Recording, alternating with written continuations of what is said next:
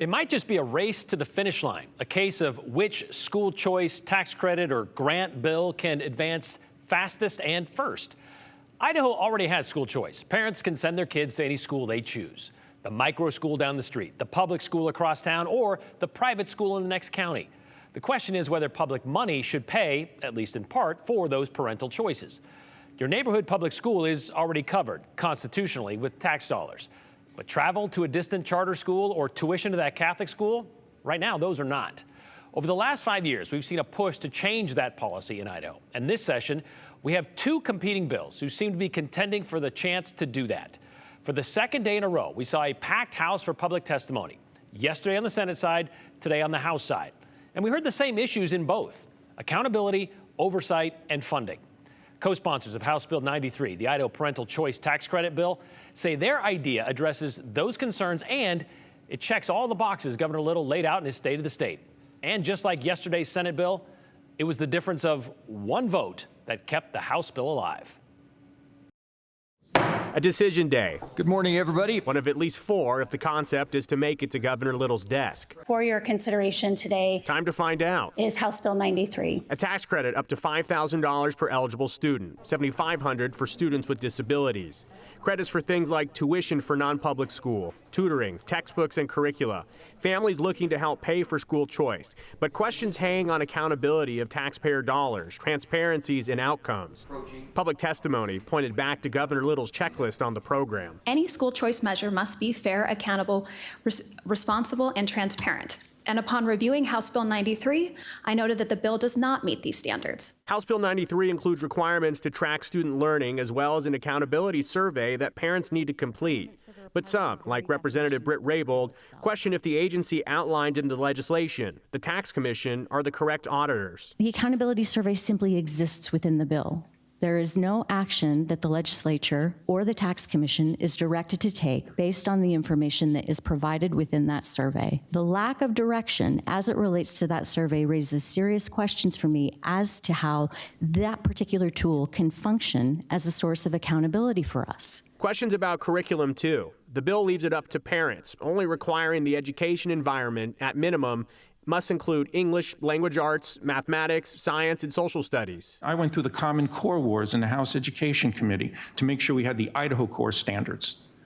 We have no standards here. Concerns that resources could be diverted away from public schools. At the end of the day, our job is to morally, ethically, and constitutionally to support and protect the public school system, not lay the groundwork for financially destroying it.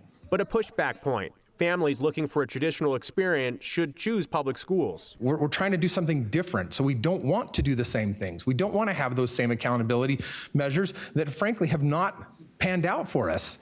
If we look at our school results from reading in 3rd grade or 8th grade, we are not doing well. Echoed by a parent who moved his family to Idaho. We feel it's important for our kids to have the best opportunity that we can find for them. Chairman Cannon. Yes. Finally, a vote. One that came down to a single tally margin. Motion has passed by an 8-7 vote. House Bill 93 will be sent to the floor with a due pass recommendation. A hurdle cleared, but still questions to be answered.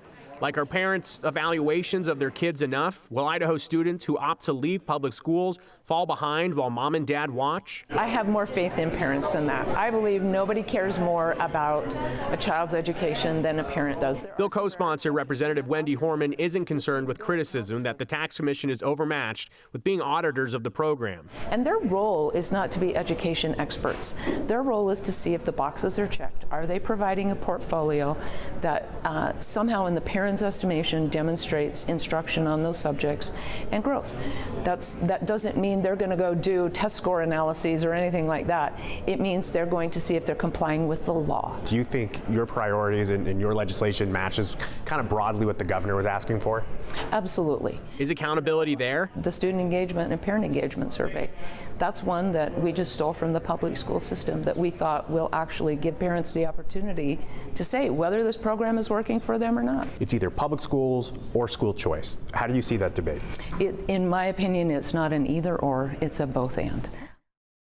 And there's been questions about the learning portfolio or the proof of concept for non-accredited schools. And one specific example I got from Representative Horman would be on a spelling test, for example. That portfolio would include performance on a week-to-week basis. How is a student working on their spelling exams? And Brian, this is something that wouldn't involve a year-end assessment. And you'll hear that supporters of the program will say these assessments in Idaho public schools aren't hitting the mark. We'd like to try it a different way. Okay, so it's a week-to-week assessment, not a year-end assessment? So that could be something in the portfolio, yes. And so there are options with the portfolios and the micropods and the learning pods. They're doing stuff like this as we speak. It's a world that I am stepping into right now and learning more about. There are definitely criticisms, fair criticisms of it, but it's also one of these things where these parents are looking for alternatives. They don't want to do it the way public schools do it. And a public survey or parent survey is kind of all the accountability they're kind of throwing out there. Correct. All right.